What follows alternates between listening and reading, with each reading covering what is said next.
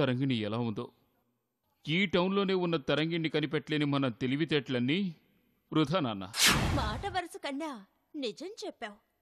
నా తరం కాకపోయినా నా యబ్బా నీ తరం అవుతుంది. నీతోనే ప్రూవ్ చేయిస్తా. ఆడది కూడా మగాళ్ళ తిరిగితే ఆ మగాడి గతి ఏం కాను? ఒక్క క్షణం ఆలోచించు. మనశ్శాంతి లేకుండా చెయ్యాలి అంటే ఆ ఇంటికి ప్రశాంతతను, వంశానికి వారసునిచ్చే తరంగిణిని దూరం చెయ్యాలి.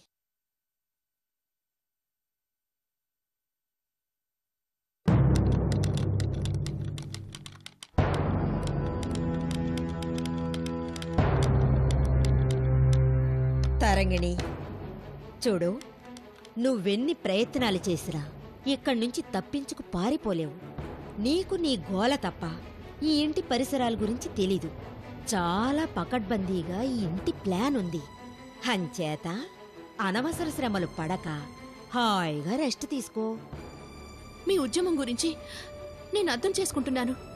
మీ పగ నా కుటుంబం మీదో ఎవరి మీదో మీరు చెప్పడం లేదు.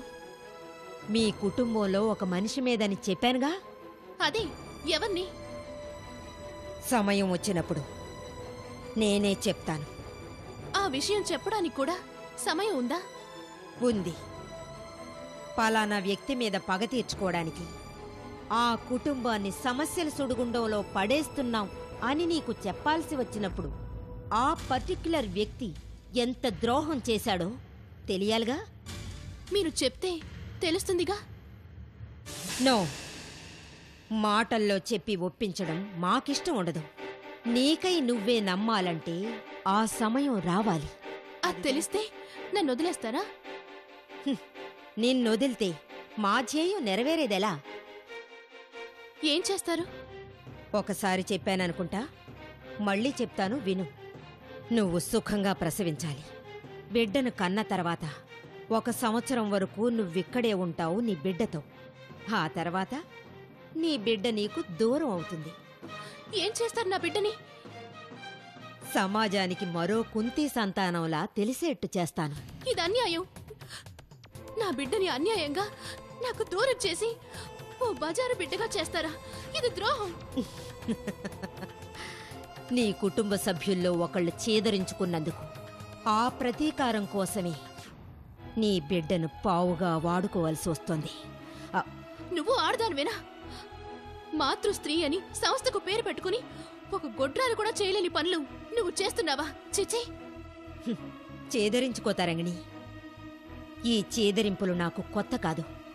ఇంతకంటే ఎన్నో రెట్లు చేదరింపులు నేను భరించాను. ఆ బాధను అనుభవించాను. అది నీ కుటుంబ సభ్యుల్లో ఒకరి వల్ల. ఆ చేవాట్లు నా గుండెల్ని తూట్లు పొడుస్తుంటే ఆ గాయాల్ని మాన్పుకుంటూ ఇంతకాలం బ్రతుకుతూ వచ్చాను. నువ్వు గుడ్రాలువా అన్నావు కదో? నేను గుడ్రాల్ని కాదు. నేను తల్లినే. తల్లి కాని తల్లిగా, ఇల్లాలు కాని ఇల్లాలుగా ఎన్నాళ్ళు అనుభవించిన బాధకు ప్రతీకారమే ఇది. ఇది పాపమైనా ఘోరమైనా నా ప్రతీకారం ముందు అవి నా కంటికి కనిపించవు.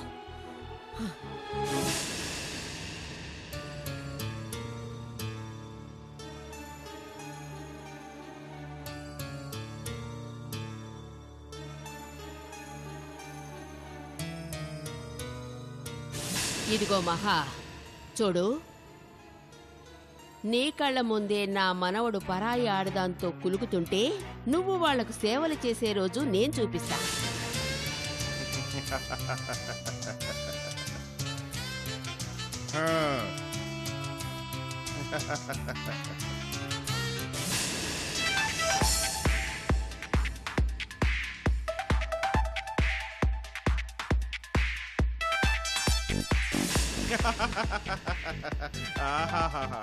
ఓహో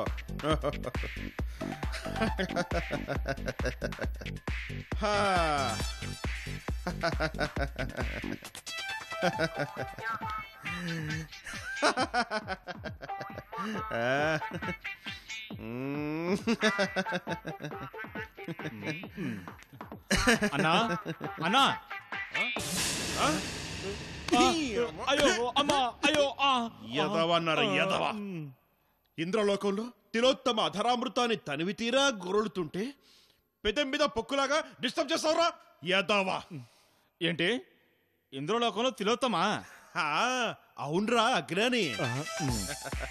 అన్నా అక్కడుండేది తిలోత్తమో కిలోత్తమో క్వింటాలోత్తమో కాదన్నా. అందుకేరా నేను అజ్ఞాని అన్నది. తిలోత్తమ కూతురు పేరు లలోత్తమ, లలోత్తమ కూతురు పేరు తిలోత్తమ. అంటే మనం సరదాగా గడుపుతున్నది తిలోత్తమ మనవరాలితోనన్నమాట. అన్నా ఏ పురాణంలో ఉందన్నా ఈ కిలోత్తమా? పురాణాలేంట్రా? నేనే స్వయంగా నా కళ్ళతో చూస్తుంటే. అన్నా ఇప్పుడిప్పుడే బాగుపడుతున్నావు అనుకుంటే మళ్ళీ పగటి కలలో కిలోత్తమా తిలోత్తమా అంటావేంటన్నా? వద్దన్నా, హాయిగా వదినమ్మతో కాపురం చేస్తూ పండంటి బిడ్డతో సంతోషంగా ఉండన్నా. ఇలాంటి హితవచనాలు పలికావంటే నిన్ను హైదరాబాద్ లో ఓపెన్ చేసిన పంజాగుట్ట ఫ్లైఓవర్ కింద పిల్లర్స్ కట్టేస్తా. ఏద్దావా రై. తాత వారసత్వాన్ని పుణికి పుచ్చుకున్న ప్రేమాగ్ని సూర్యునిరా నేను. మా నాయనమ్మ రాకతో నాలో ఉన్న మన్మథుడు నా నవనాడుల్ని రుద్రవేణ మీటేస్తున్నాడు రా.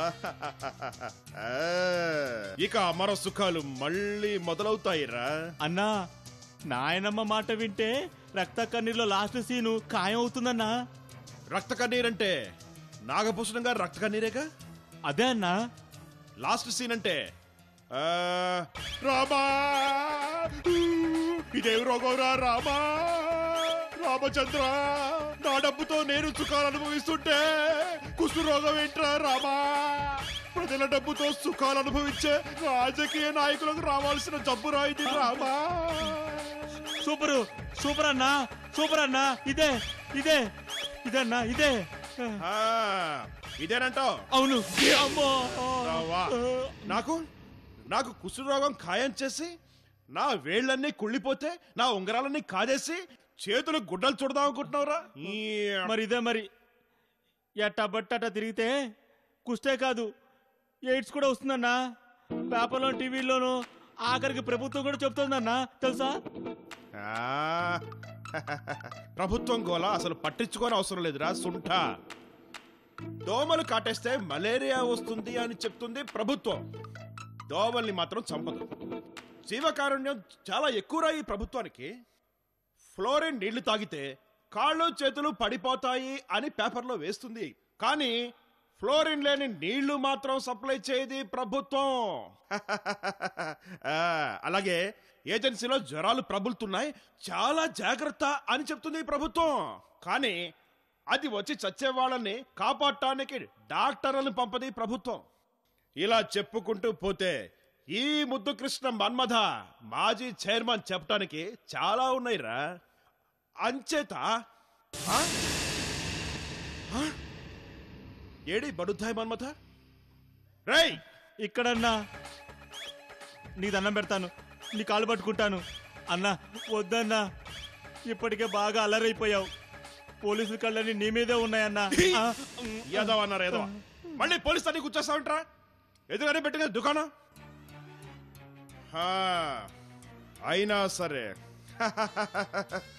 మళ్ళీ నా మదన సామ్రాజ్య దండయాత్ర మొదలు పెడతాను.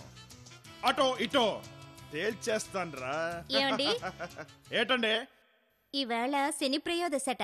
అయితే శనీశ్వరునికి తైలాభిషేకం చేస్తే మంచిదని గుడికి వెళదామని. ఆ మాట నువ్వు బుట్టలో సామాను సర్దుకోవడానికి ముందే అడగాలి. గుడికి అన్ని సర్దేసుకొని ఇప్పుడు పర్మిషన్ అడుగుతావా? గుడికే కదా, కాదనరనుకొని చెప్పానండి. ఓహో అవును మహా, శనీశ్వరుడికి తైలాభిషేకం చేస్తే నన్ను శనులు పెట్టేస్తాడా అని పెద్దలంటారండి. ఓ వెళ్ళి చెయ్యి. శని ఇవాళ నుంచి నీ పీక పట్టుకుని ఆడించబోతున్నాడు. వెళ్ళి శనీశ్వరుడికి నీ అడ్రస్ ఇచ్చిరా. ఆయనకు అందరి అడ్రస్లు తెలుసండి, నేను చెప్పక్కర్లేదు. అంటే నా అడ్రస్ కూడా తెలుసనా నీ భావం? కాదండి, నా అడ్రస్ గురించి చెప్పాను. అంతే కదా. అయితే విను, నాయనమ్మ నాకోసారని అంటే ఒక మంచి రంగసానిని ఉంపుడు గట్టిగా తీసుకురావటానికి విపరీతంగా ట్రై చేస్తుంది. ఇవాళ రేపో ఒక ముద్దుగుమ్మని వెంట పెట్టుకొస్తుంది. ఆ అందాల రాశితో నేను సరస సల్లాపాల్లో ఉండొచ్చు. అది చూసి నువ్వు ఏడవాలి, కుళ్ళి కుళ్ళి కుళ్ళి ఏడవాలి. నేను ఎందుకొచ్చానా ఈ ఇంటికి అని గుండెలు బాదుకొని ఏడవాలి. అది చూసి నేను సంతోషంగా హ్యాపీగా ఉండాలి. ఎలా ఉంది మన భవిష్యత్తు దృశ్యం మహా? మీ ఊహను నేనెందుకు కాదనాలి? నన్ను గుడికి వెళ్ళి రమ్మంటారా? వెళ్ళు, వచ్చేటప్పుడు శనీశ్వరుడితో రా.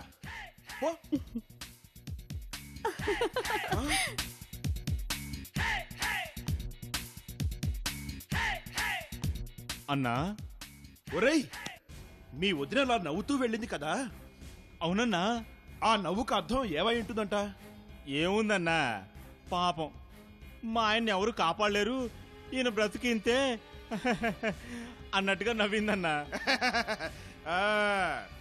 నీకు అంతగా అర్థమైందిరా?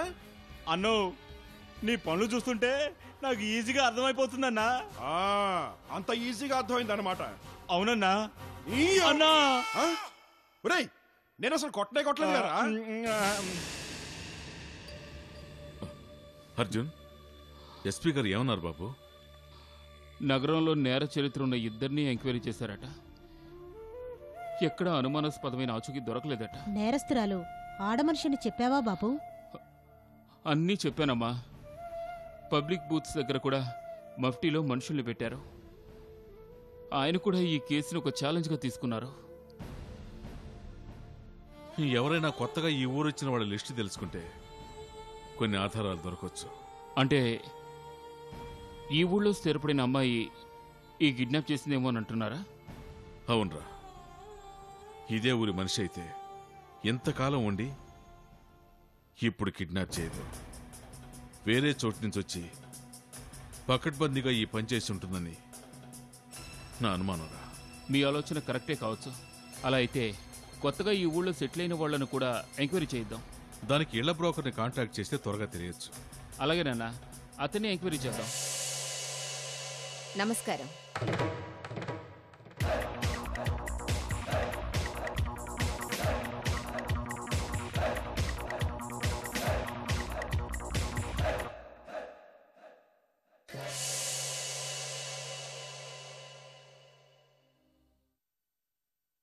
నమస్తే.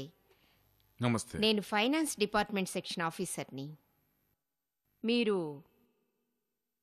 If I am right, Aditya గారు అనుకుంటాను.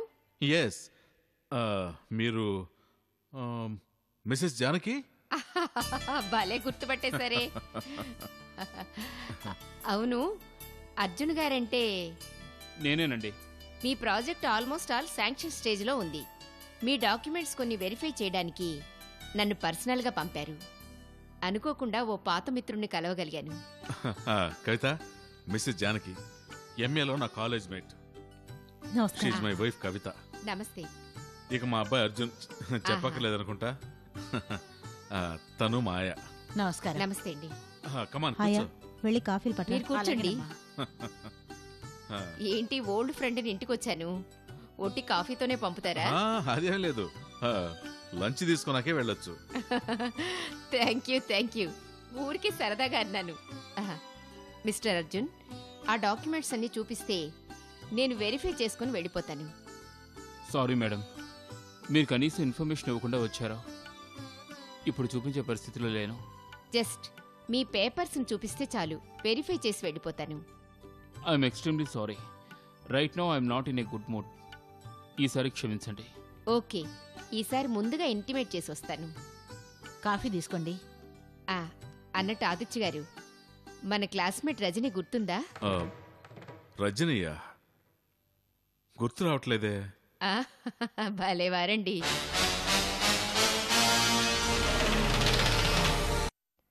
ఓసారి మీరు లవ్ లెటర్ రాశారని మీ మీద అన్యాయంగా అపవాదం వేయడానికి ప్రయత్నించింది ఆ రజని అండి. ఓ, ఆ రజనీయా?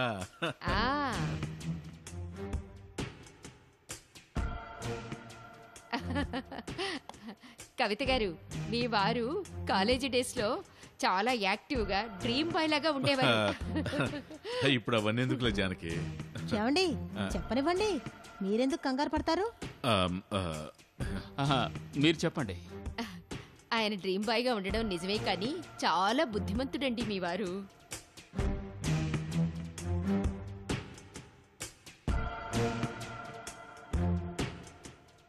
చదువు స్పోర్ట్స్ లో తప్ప మరో వ్యాపకం ఉండేది కాదు. రజని ఆ రోజుల్లోనే ఫాస్ట్ గర్ల్. కాలేజీకి ప్యాంటు టీషర్ట్లో వచ్చేది. బాగా డబ్బున్న గర్వంతో ఉండేది. మీ వారిని వల్లో వేసుకోవడానికి ట్రయల్స్ వేసింది. మీ వారు అలాంటి మనిషి కాదు. కావాలని అల్లరి చేయడానికి ఆదిత్య గారి పేరున లవ్ లెటర్ సృష్టించి ప్రిన్సిపల్ కి రిపోర్ట్ ఇచ్చింది. నిజం తెలిసేసరికి ప్రిన్సిపల్ రజనీని వారం రోజులు సస్పెండ్ చేశారు. ఆవిడ గారు ఇప్పుడు ఏం చేస్తున్నారు? ఆ విషయం చెప్పడానికే రజనీ పేరెత్తాను. ఆవిడ గారు ఇప్పుడు ఎక్కడున్నారు? కట్టుకున్నవాణ్ణి మెంటల్ చేసి జైలు శిక్ష అనుభవిస్తోంది.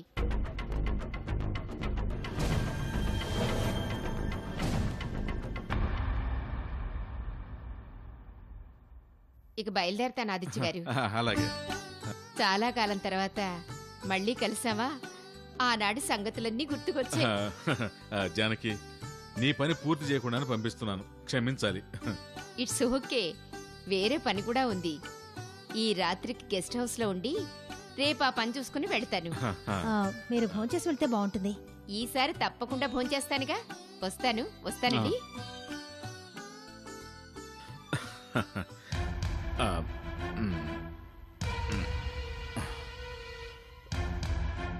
నానా, ఏంట్రా? రజనీ లాంటి మనుషులు ఇంకెవ్వరన్నా నీ జీవితంలో తారాసు పెడితే చెప్పు నాన్నా. లేర్రా, ఎవ్వరూ లేర్రా. అప్పుడు అదే అన్నారు. ఇప్పుడు అనుకోకుండా ఓ రజనీ బయటపడింది. కవిత, ఇప్పుడు మనం వెతకాల్సింది తరంగిణి గాని నా గత చరిత్రను కాదు. తరంగిణి మిస్సింగో ఈ ఇంటి గత చరిత్రతో ముడిపడుంది నాన్నా.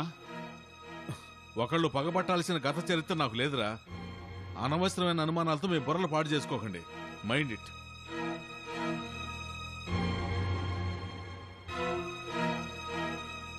అమ్మా, నాన్నగారు ఏదో దాస్తున్నట్టున్నారమ్మా. లేదురా, ఆయన అలా దాచుకునే మనిషి కాదు. లేదమ్మా, నాకేదో అనుమానంగా ఉంది.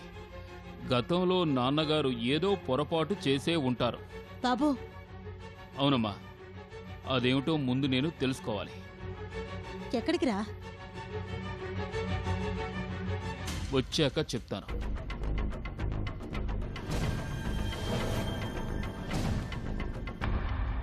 తరంగిణి, చెప్పండి.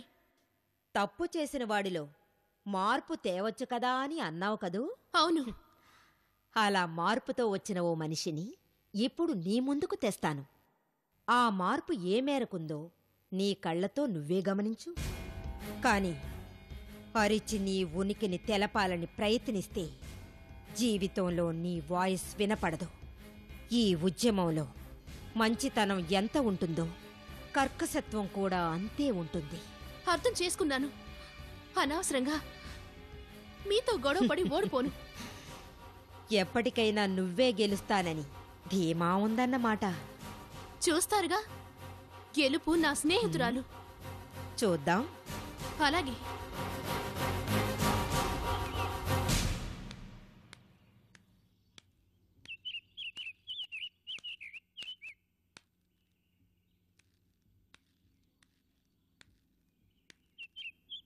నమస్కారం అమ్మా. నమస్కారం అండి. మీరు? నన్ను రామారావు అంటారండి. హై స్కూల్లో టీచర్గా పనిచేస్తున్నాను. వచ్చే ఏడో రిటైర్మెంట్ అయిపోతాను. సంతోషం. రండి రండి, కూర్చోండి. మీ ముందు కూర్చునే అర్హత లేనివాడినమ్మా. అదేంటండి పెద్దవారు, అంత మాట అనకూడదు. లేదమ్మా, నా కథ వింటే మీరు చాలా ఆశ్చర్యపోతారు. తప్పులు చేయడం మానవ సహజం. అవి తెలుసుకుని మారిన మనిషిని మహానుభావుడంటారు పెద్దలు. మహానుభావుణ్ణి కాదు గాని నేను చేసిన తప్పుకి కుమిలిపోతున్నాను. అంతకంటే పెద్ద శిక్ష ఉండదనిపిస్తుంది. ఏదేమైనా మీరు మారిన మనిషిని అన్నారు, అది చాలు. మీకు ఏ విధంగా సహాయం చేయగలనో చెప్తే నేను సంతోషంగా చేస్తాను. సహాయం కోసం రాలేదమ్మా. చేసిన తప్పు మీ ముందు చెప్తే కొంచెమైనా నా మనసుకు ఊరట కలుగుతుందని వచ్చాను. నా ముందా? నేనేమైనా పరిశుద్ధమైన చర్చిలో పవిత్రమైన ఫాదర్ని అనుకున్నారా? మీ ఉద్యమం గురించి విని వచ్చాను. ఇంత మంచి ఉద్యమం చేస్తున్న మీరుండే స్థలం కూడా ఎంతో పవిత్రమైంది నా దృష్టిలో. సంతోషం. వచ్చిన విషయం చెప్పండి.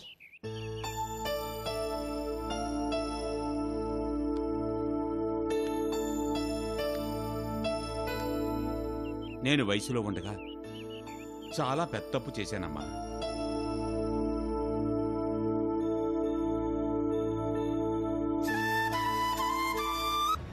క్షమించండి. మీది నిరాశలోంచి పుట్టిన నివాదం, నాది ఆశలోంచి పుట్టిన సత్యం.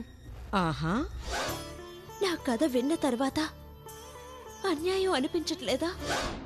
బామ్మా, ఈ మనిషేనా గృహలక్ష్మి? ఏంటన్నా, నువ్వు అనాథాశ్రమం కట్టించడానికి స్థలం కొన్నావా? దానికి శంకుస్థాపన చేయబోతున్నావా? నాకు తెలియకుండా ఎప్పుడు కొన్నావా నాన్న? చాలా ప్రమాదకరమైన నిర్ణయం అమ్మా నీది. రేపు నీ పెళ్లి జరగాలంటే ఈ దొంగ పెళ్లి ఎలాంటి పరిస్థితులకు దారితీస్తుందో ఆలోచించావా?